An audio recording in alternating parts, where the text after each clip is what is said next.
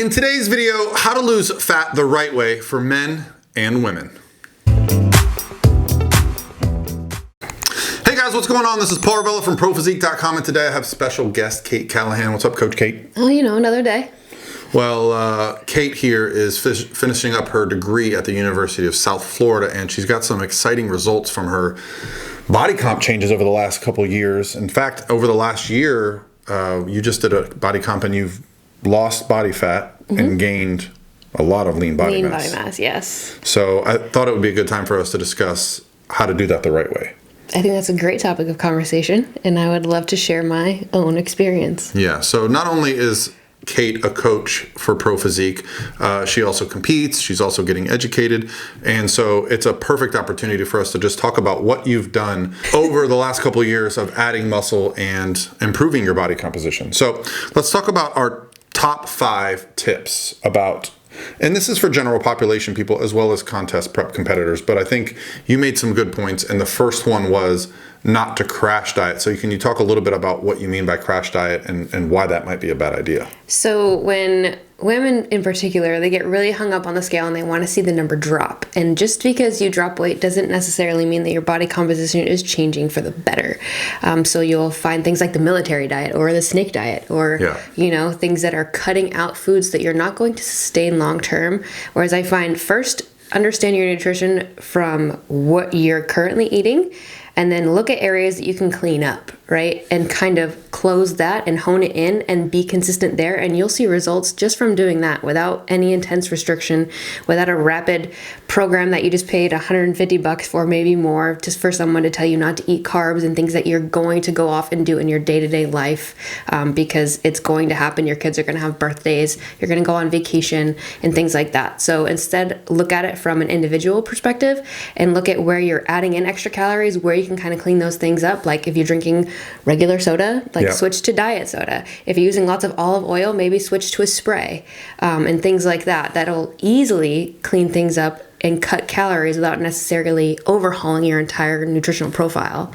Yeah, and I think the biggest thing I fear when people tell me they're going to crash diet or entering these crash diets, and the ones that she mentioned don't necessarily have to be bad, as long as you have some other of the tips that we're going to supply here. But the thing I worry about with a crash diet is you're only worried about the scale. You're not worried about muscle. You're not worried about longevity. You're just focused on that one goal, and that's going to set you up for failure.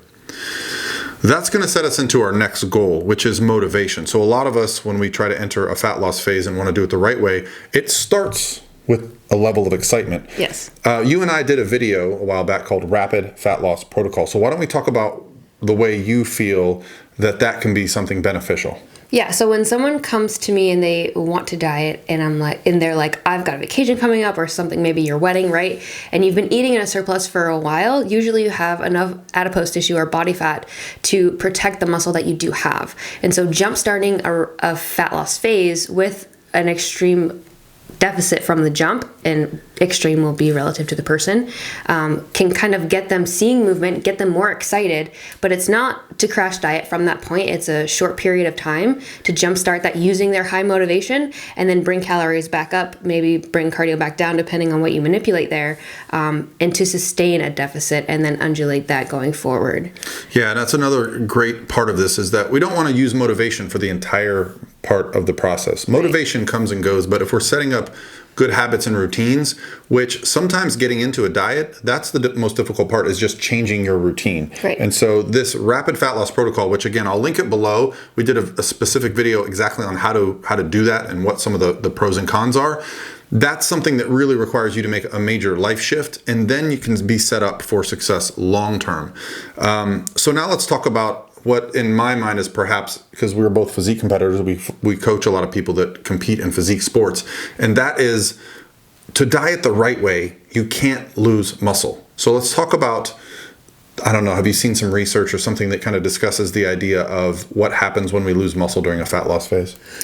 So what happens when you do lose lean body mass is your ability to grow it back is there much faster than it was for you to put it on initially.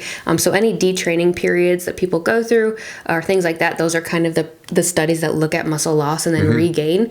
You are able to do that, but you do have to get back to a point where your calories are in a place to do so. And that's why using a linear approach to your diet is not going to be conducive to the overall goal of maintaining your muscle. So again, crash dieting, I would not lean towards that, especially as you get leaner. So using the rapid fat loss approach when you have excess body fat to hold on to the lean body mass that you do have from the jump, and making sure that you're undulating calories along the way, such as refeeds or diet breaks, things that you can integrate along the way as you make progress and lose more body fat, will help you hold on to the lean body mass that you do have.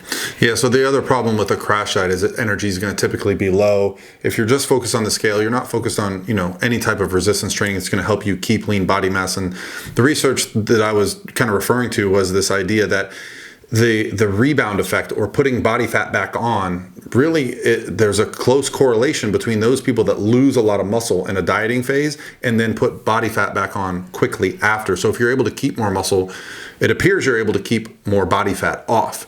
And then, so our fourth tip I want to talk about is the diet break approach, which is where we take a non-linear approach to getting lean, whereas a lot of times people look at it as a 90-day or, whatever amount of time where you're just going to diet straight through. But we've seen some interesting research. We've seen it anecdotally in our clients, even in ourselves, in dieting for shows, that a diet break can have some benefits. So let's talk about those. Yeah, so when you take a period of increasing calories, and typically it's not going to be all calories, usually you're bringing up specifically carbohydrates, which interacts with your hormonal profiles and systems that are related to leptin, which is related to body fat. Nerdy segue there. But essentially when you bring carbs up, it's going to drop stress, and people can be like, oh, I'm not stressed. When I tell people we need to increase carbs for a bit, they get nervous, especially women. And that's because they fear that it's going to add weight to the scale. But most of the time, what they don't understand is that even though you may not be aware of the stress that you have, training is a stress. The amount of cardio that you're doing is a stress. And so even though you might not feel stressed, your body is in a stressed state. And so allowing that period of higher carbs or higher calories in general, depending on the person, is going to allow them physiologically to de-stress.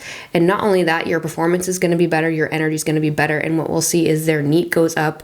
The way that they talk to you or interact with you, or even with their kids, is going to go up. So those are some feedback as to, even though your calories are higher, you're also moving more and doing more. And then in the long run, you can jump back down into the deficit after you're done doing that, and you'll see even better progress by doing so. Yeah, and if you're interested in more of that, we've actually done a video as well on the Matador study where they took this approach, a longer approach to dieting overall, by taking 2-week breaks from dieting, by bringing calories back up and cardio back down, so that they were at maintenance for 2-week periods. And what they saw was that people were able to maintain more weight loss after the diet was over, because really a diet's not successful if you get the weight off. Lots of people get weight off. Not a lot of people keep it off. So if we can keep the weight off, this is where we can really start to talk about what is successful fat loss dieting. And for men and women both, these are all going to apply. It's going to be ultra important that women are maintaining lean body mass through this process, because I think women tend to get a little bit more focused on the scale than men. Do you agree? Absolutely. Yeah. So when it comes to the difference between men and women, hormonally speaking, yes, testosterone and estrogen, we both have both. We both have it in different ratios. So it's going to kind of change how body fat is stored on us. But ultimately, getting body fat off, it's going to require the same tools. And the final tip for successful weight loss, I want to talk about having a strategy for when the diet is over. Give us your experience. So I think going into any situation, you need to be aware of how you're going to come out of it, right? And that's why from the jump, the first tip that we had was cleaning things up within your lifestyle. Because remember that even though you might lose the weight, you want to keep it off. And so having a plan coming out of that, whether it's going back up usually to either diet break or refeed macros, something along those lines, where we're increasing calories to a place we know you can hit and sustain, that's going to bring your energy levels back up, but isn't putting you into a drastic surplus. That's where I like to start. And then depending on the feedback from that person, you can increase or, adjust things along the way. Some people like to eat more and do more cardio. So at that point, you can keep cardio kind of the same or drop it by less than you are adding food, just depending on the person, their lifestyle, and what their preference is. Yeah, and these are kind of very specific numbers, and you're probably getting thrown off by the idea of creating a deficit and a diet break.